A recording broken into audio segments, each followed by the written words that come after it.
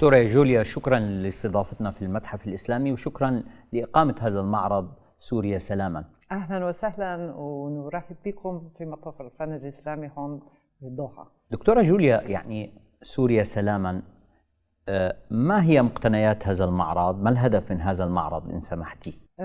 The message of this exhibition is to show the rich culture of Syria, which is very long and very important to world culture, and we would like to bring the attention of the visitors to what is lost in the war of the past years. ماذا تعرضون في هذا المعرض؟ The exhibition is the anniversary exhibition of this museum. The Museum of Islamic Art in Doha is celebrating 10-year anniversary. And when we started thinking about this, we decided we wanted an exhibition which is important to the world, because in the museum you have beautiful objects, but it is important also to talk about where the objects come from. Why do you have a museum? And especially for Syria now, in the whole Middle East, it's very difficult this time. You know, how can you have a museum with beautiful object and not think about the difficulty of the cultural heritage, which is being destroyed at the moment? بس هي ليست مقتنيات متحف الفن الإسلامي فقط في الدوحة. No.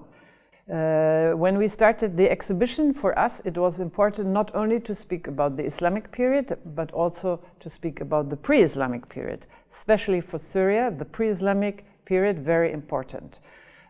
In fact, this museum, this exhibition, the idea of the exhibition, it's like an archaeological excavation. It's one layer on top of the other, on top of the other.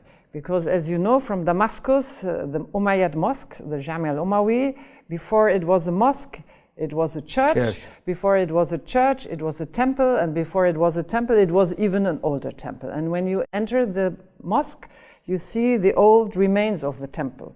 So Syrian culture is very much part, you know, it has a lot of layers going back to 3000 and 4000 BC. It's one of the hallmarks of Syrian culture. It is so old. So, of course, we need to start with the beginnings. لكن أنتم لا تعرضون مقتنيات المتحف الإسلامي، جئتم بمعروضات من متاحف أخرى أيضا. Yes, we had to, because our museum has no objects from ancient period. Our museum only houses objects from the Umayyad period. We have objects from Umayyad period, also from Banu Ayyub and Mamalik. We have from Ottoman period. But we needed to get objects for the earlier period, and we got objects from France, the Louvre. We got objects from Germany, from Berlin, the Ancient Near Eastern Museum. Then we got objects, very rare objects from the British Library, because these are papyri. Speaking from the very early Umayyad period, we did not have such papyri. Then we have some objects from Russia. They have some medieval metalwork with Christian figures. We did not have this in our exhibition. And also we finally have objects from Turkey. This is a series of early Qur'ans, and these early Qur'ans originally were in the Damascus Mosque, in the Umayyad Mosque, in the Qubbat al-Khazna, in the treasure house. نعم. في بداية المعرض تعرضون بعض الآثار المهمة التي تعرضت للتدمير أثناء الحرب السورية، ولا سيما على أيدي قوات النظام. كيف ترين يعني هذا الموضوع، ولا سيما أنه أنت تأتين من بلاد عانت يعني نفس المعاناة، دمرت كثير من أماكنها الأثرية في ألمانيا بعد الحرب العالمية الثانية؟ We have, for the early period, as you know, we cannot have any loans from Syria itself because of the political situation. So we have decided very carefully which objects we can show. And we have chosen objects which come from excavations, archaeological excavations. And one of the excavation is from the French government, from the French Mandate period, from Ugarit, Ras Shamra. This is one excavation, so we illustrate the site of Ugarit. Ugarit, of course, is a very important place in the old period, in the ancient Near Eastern period. It was, as you know, near Latakia. It was a center with many cultures meeting, and it was where the first alphabet was brought. أول أبجدية في العالم. Yes. So with this, we show several things. We show, first of all, how old Syria is. We show how it is important to world culture with the alphabet. And also we show at the same time that Syria always was a very international country with many people coming, trading. It was a people of trade already back then, with lots of languages and people mixing lots of languages and lots of background. And in a way, Ugarit, that time, very much like later on Aleppo, when it was a merchant city and you had people coming from everywhere and people would speak Russian and Georgian and Turkish and of course Arabic, Armenian and so on. So there is a continuity in this in Syrian culture. كيف تشعرين يعني وأنت يعني تعرضين مثلا قلعة حلب أو الجامع الأموي الكبير في حلب وهو مدمر يعني I think it was more than 12, 13, 14 years. Yeah, I worked on the Citadel of Aleppo together with my husband, who is ancient Near Eastern archaeologist. كيف تشعرين عندما تجدين يعني هذه الصور، صور الجامع الأموي وهو محروق، صور هذه الأسواق المسقوفة وهي أطول أسواق مسقوفة في العالم، صورة القلعة، كيف تشعرين؟ Oh, I feel horrible about this. This is a very emotional exhibition. It's a very emotional exhibition for those who did the exhibition. Probably the most emotional I ever did in my life. And also for many visitors, especially for Syrian visitors. But of course, this is the point of the exhibition. We want to be emotional, and we need to be emotional because when you see it, it grips your heart. That's the idea of the exhibition. It should grip your heart. You see what is happening, and and we want to plead with this exhibition.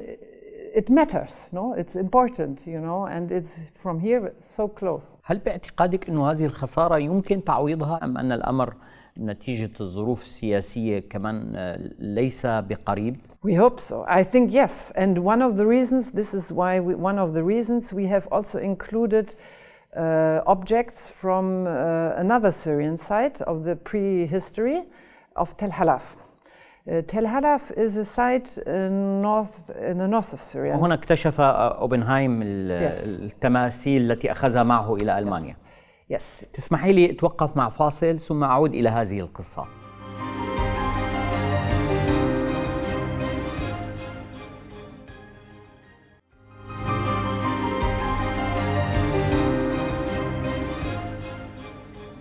دكتورة جوليا، أعود إليك مع قصة تل حلف وماكس أوبنهايم.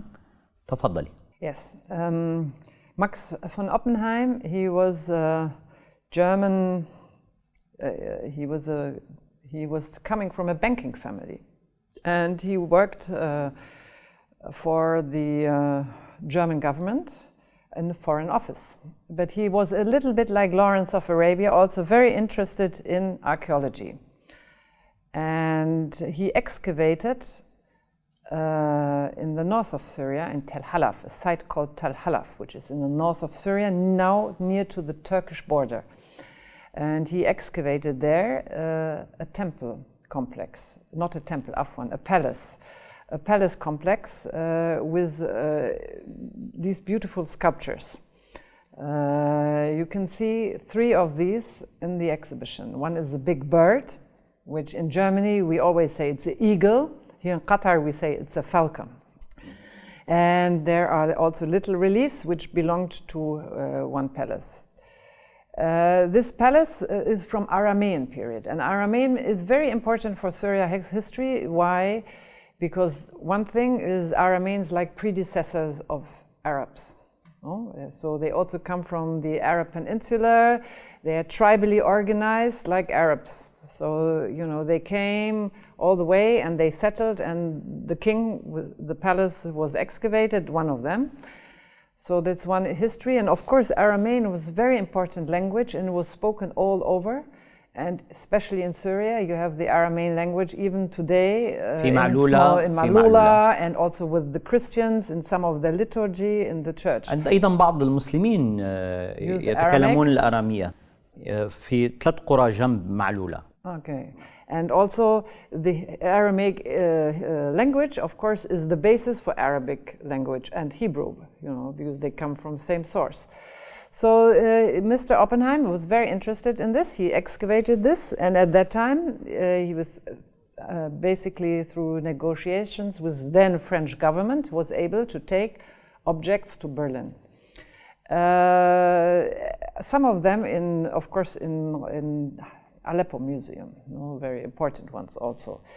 And what happened, a very sad story, is he brought them to Berlin, and what did he do? He built a museum for them, specifically for Tel Halaf and this collection.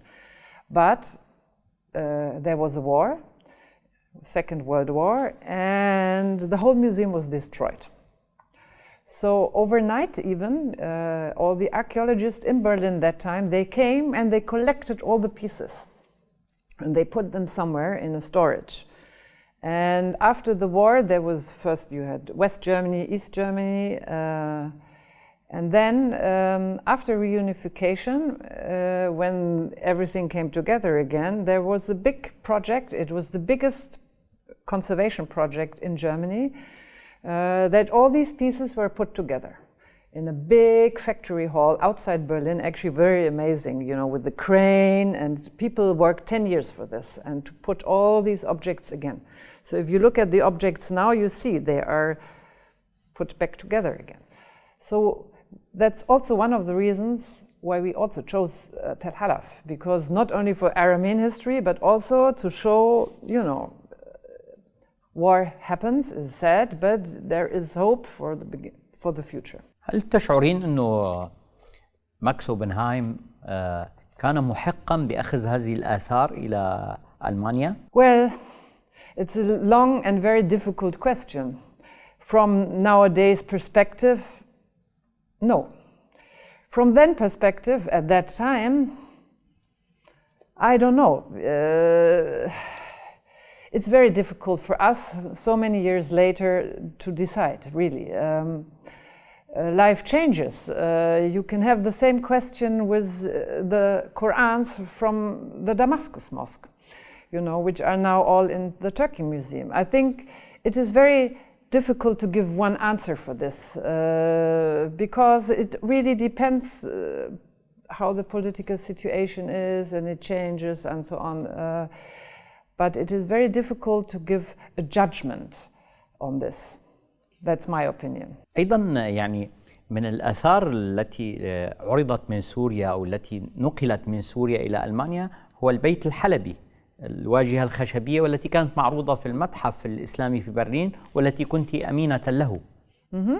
That's a good different example. It's the opposite example, because the wooden ensemble of the Aleppo room, it was sold.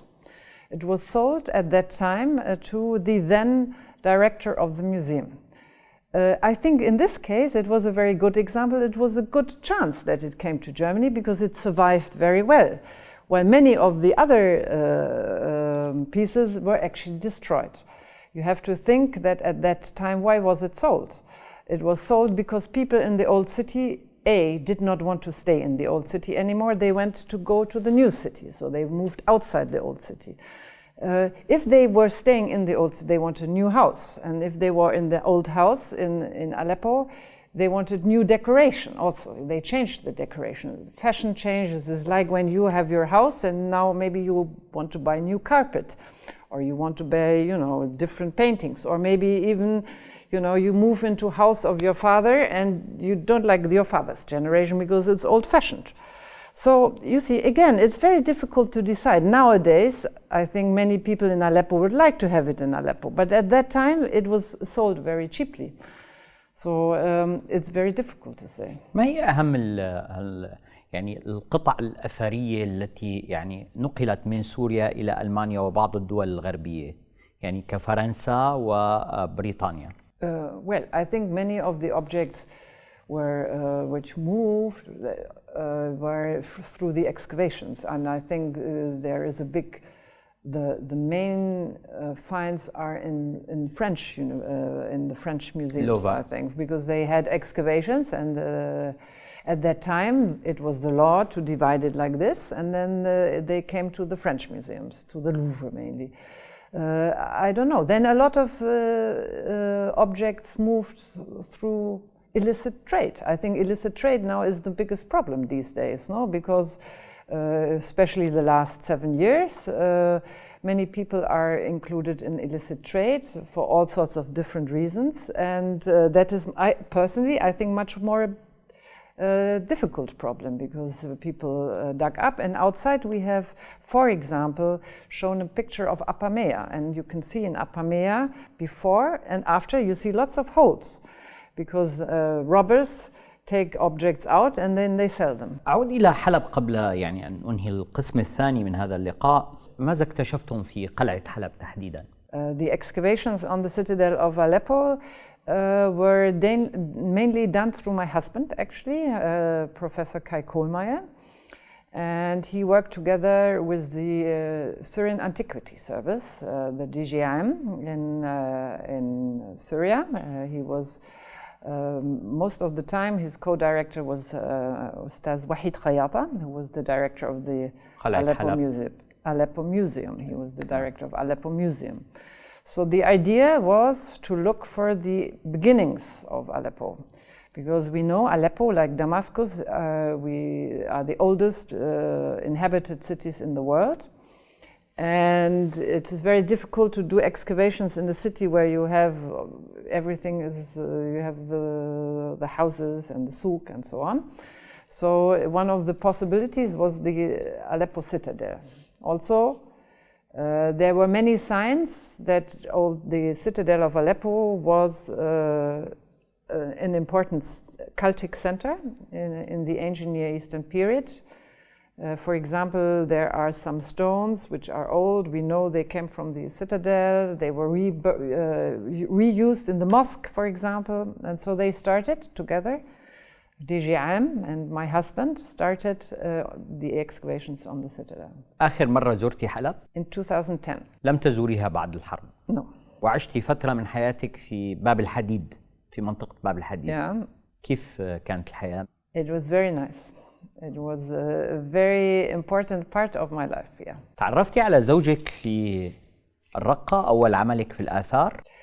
I met him in Raqqa because as a student I was working in excavations in Raqqa where they were working on the remains of the Abbasid period. Raqqa.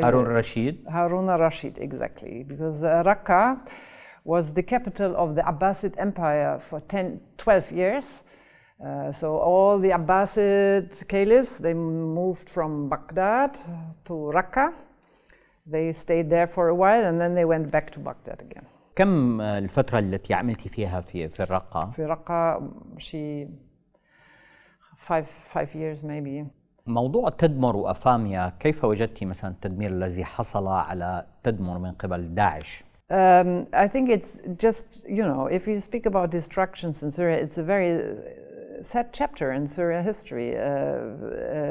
Some of them was purposely destroyed.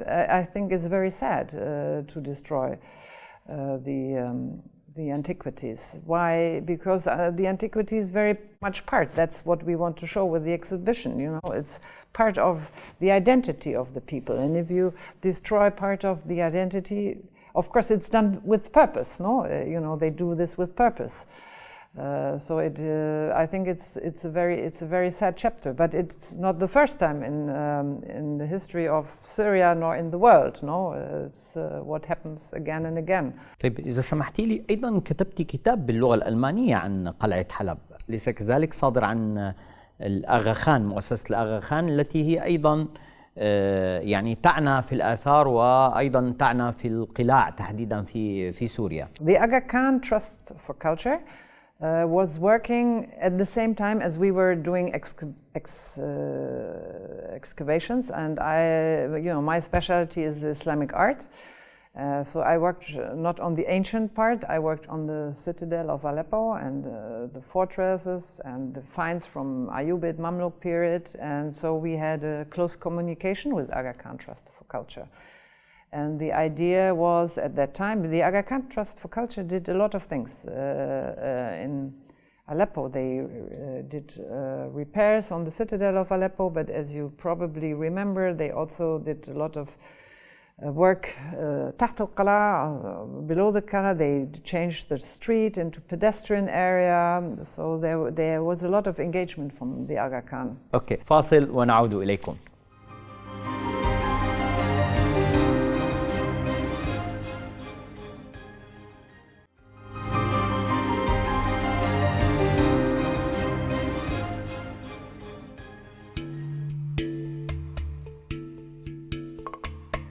أثناء فترة الخلافة الأموية واستقرارها، تفاعلت الثقافة النبطية المنتشرة من شمال الجزيرة العربية إلى بلاد الشام مع الفنون البيزنطية، فظهرت مدرسة جديدة في العمارة والزخرفة والرسم شكلت الأساس لجميع الفنون الإسلامية اللاحقة. امتاز الفن الإسلامي باعتماده على الأقواس والقناطر والقباب في العمارة، وعلى الحروفية والزخرفة المتناظرة في عناصره التزيينية، وازداد هذا الفن غنى وتنوعا مع توسع الدولة الإسلامية في أقاليم جديدة وتفاعلها مع ثقافات مختلفة من حدود الصين شرقا إلى الأندلس غربا. ورغم عالمية وتنوع الفنون الإسلامية وتباينها بين إقليم وآخر، كانت تجمعها خصائص فنية شكلت هوية الفن الإسلامي بشكل عام. فالبيوت في المدن الإسلامية بنيت وفق القيم والمعايير الفقهية المرتبطة بقواعد الاختلاط بين الجنسين، فكان لابد من قسم للرجال وآخر للنساء في البيت الواحد، وحتمت قواعد الطهارة الإسلامية الاهتمام بالحمامات والمرافق الداخلية بشكل لم تعهده أي حضارة سابقة. أما بناء المساجد فخضع لقواعد مشتركة من مشرق العالم الإسلامي إلى مغربه، فكان لتحريم الصور الحية أثر في توجيه الفن الإسلامي للاهتمام بتطوير الخط العربي والزخارف النباتية والتجريدية، مما أعطى الفن الإسلامي طابعه الخاص وهويته التي وصلت تأثيراتها إلى المدارس الفنية المعاصرة.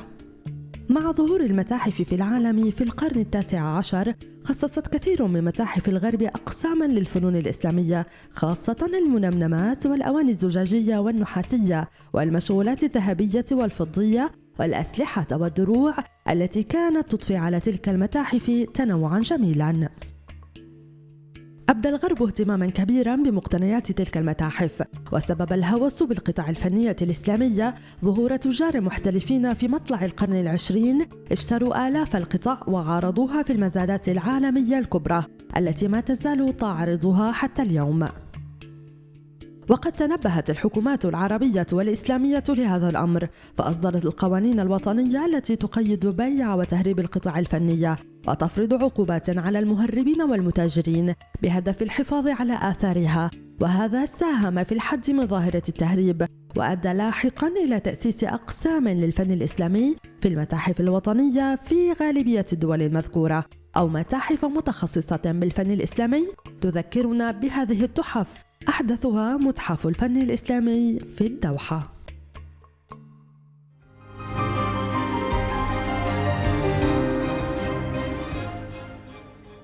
دكتورة جوليا، أيضا على كنا نذكر الرقة والفترة العباسية، أيضا نظمت معرض عن سامراء في العراق. The Museum of Islamic Art in Berlin has a big collection of finds from Samarra excavations. Before World War I, the Germans excavated in Samarra, and they have a lot of stucco work there. And one of my aims in the Museum of Islamic Art was to gather all the scholarship together for the Abbasid period, and so the book is about the newest results on Abbasid archaeology. كان هناك اهتمام خاص من البعثات الأثرية الألمانية في العراق وفي شمال سوريا أكثر من الجنوب، أليس كذلك؟ There are a lot of German excavations in south of Iraq. The Germans at that time, before World War I, there were a lot of excavations to start with. This is when archaeology started, and the archaeology started with English and French and German. It was a European idea, you start looking for old things. And of course Iraq, it was very important because also for cradle of civilization. The archaeologists always wanted to know where is the beginnings of humankind. So you had people in Iraq and lots of people in Egypt, of course, because again Egypt was very old, and with the pyramids it was very clear. So and the Germans were part of this, and of course the Germans were both in Egypt and also in south of Iraq.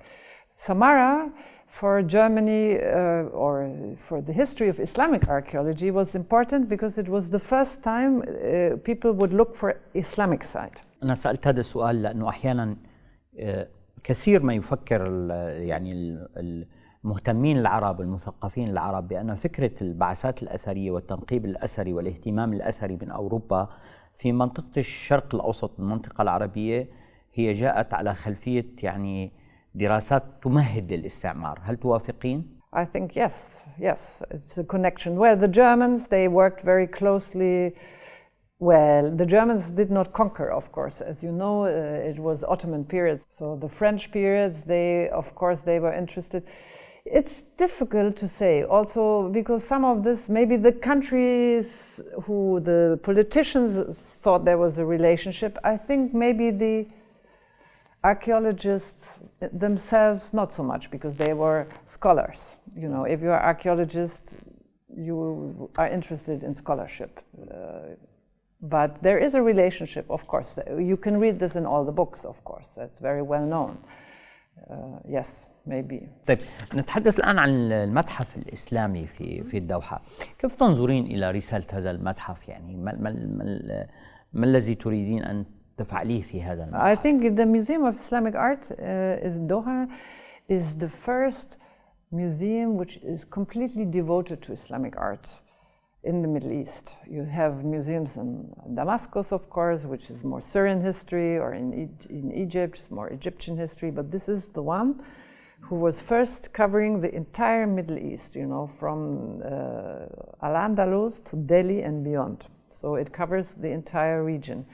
I think this is extremely important because before it was not done. It has one of the best objects in the world. It has collected enormously well over the past 20 years. It has key objects which represent some of the really important phases in Islamic history. The idea of the museum was not only to house these important, expensive objects, but it was from the beginning also to teach people about the Islamic history.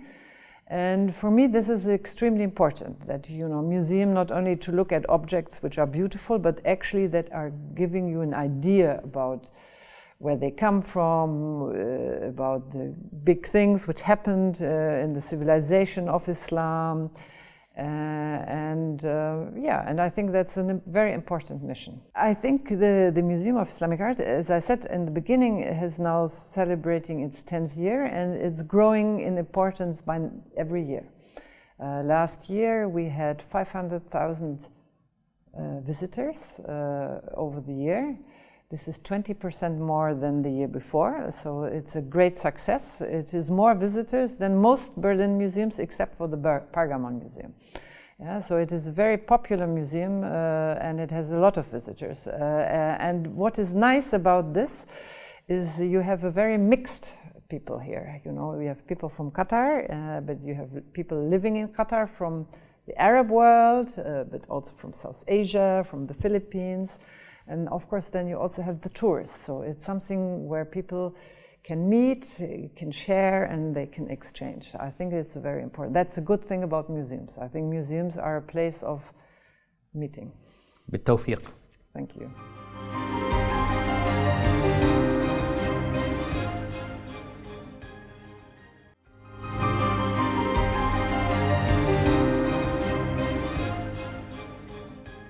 So now we start with the exhibition, and we start with the copy of the relief of the weather god of Aleppo. نعم. It comes from the excavations of the Syrian-German excavations on top of the citadel, and it is a very important temple. It was a very important temple in 2000 BC. It was in fact the most important religious center of the whole of northern Syria and beyond. So if you had a war, after the war, where did you go? To the temple to make peace. هذا إله الطقس. And this is exactly, you see here two figures, and the one on the left is the weather god. It is from the Hittite period. So in fact, at that time, the capital of Syria was outside Syria in what is now Turkey, Bogasköy. It is Hittite language, and it says, I'm the weather god. And you see him here with the head and the horns. That's how you recognize gods. If you find someone like this, is a god. So it's a very beautiful Hittite style god. Then here, something was, in the Hittite period, there was a stone which was removed. It was removed years later when there was a new kingdom. No more Hittites, but it was another kingdom. And they took what was here, we don't know what was there, and put this image. And this is larger than the god, no god, because no horns. And also now you have a new language, which is Luvian. And it says here, I am Taita, the king of Palestine. So it's the same name as Philistine, which makes it interesting. Although, of course, at that time there was no Philistine. We don't know anything about the country. We don't know anything about the where it comes from, and we don't know anything about the king except this inscription. And here at the side, it gives you regulations if you come to the temple. If you come to the temple, you have to sacrifice so and so many sheep. هذا اللي هو اكتشفتيه أنت وزوجك مع البعثة. My husband. I didn't know. That's all. It's his work and the work of the of DGIM actually, no, because it was the work of the Syrian antiquities. هذه نسخة من العمل وليست الأصل. The original is still in Aleppo Citadel. هذا كمان موجود في المعبد. موجود في in stone. It's all there. This is only photograph of this because we only did this when they excavated this. They did 3D photography. And this is how we were able to make a copy of this. Okay. الآن هذه أوغاريت. Yes. All loans from the ancient Near Eastern department of the Louvre. And what you can see here are a number of objects which testify to the internationality of Ugarit, because Ugarit, of course, had all these people coming from everywhere. For example, we have here ceramics. They come from what are now the Greek islands. They were made specifically for trade, for putting oils, to bring it for the temples, because what did the gods like? They liked oil for sacrifice. So they from Crete, from Cyprus, for example. هذه كمان من Tel Halaf. Yes, and you can see here the Aramaic script at the side. No, it's a little bit the Aramaic script, which says this was part of a palace from the Qappara king.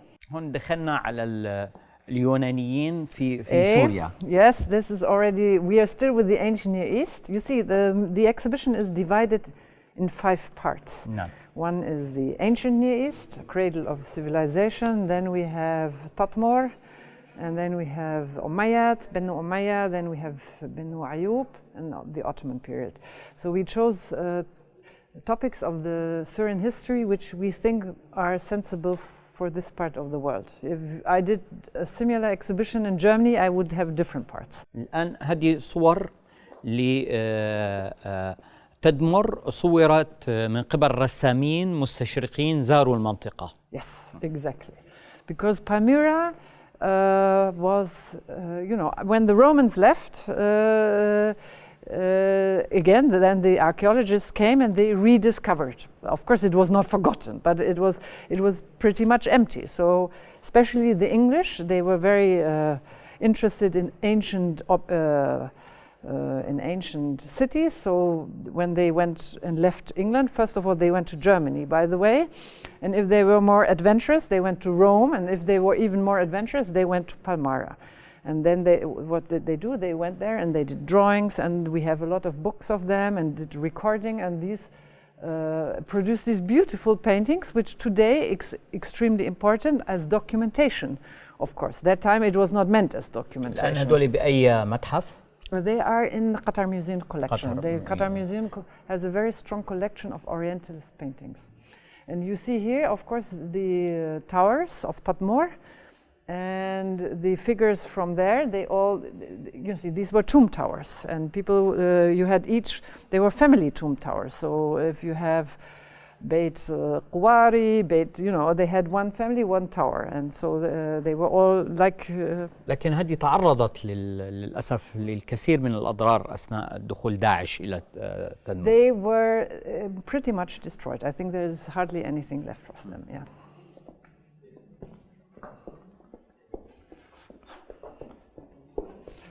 So this is our painting of Zenobia. Yes, that's. هي زنوبيا ليست في تدمر، في روما. Yeah, well, and I don't think she looked like this, no?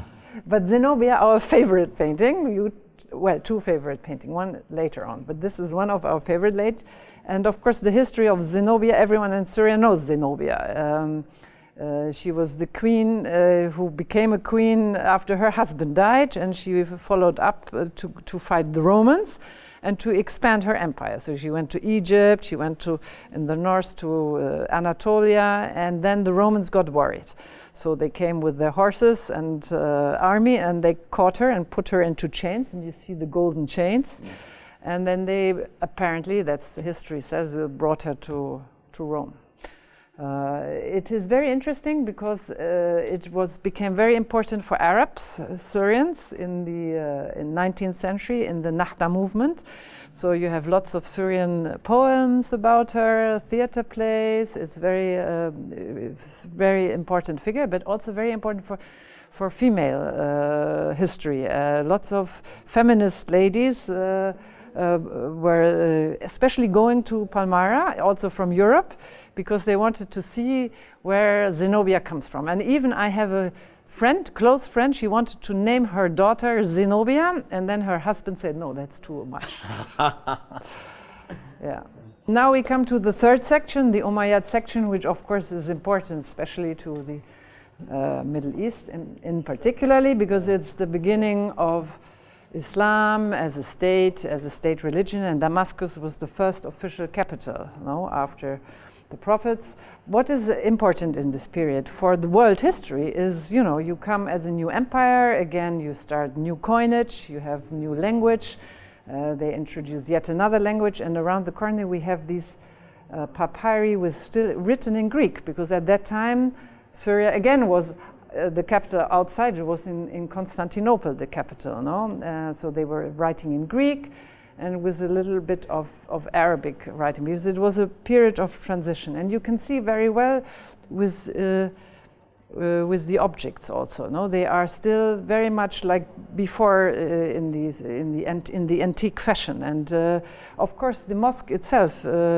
is it's based on an antique model. I mean, before it was a mosque, it was a church, and before it was a church, it was a temple.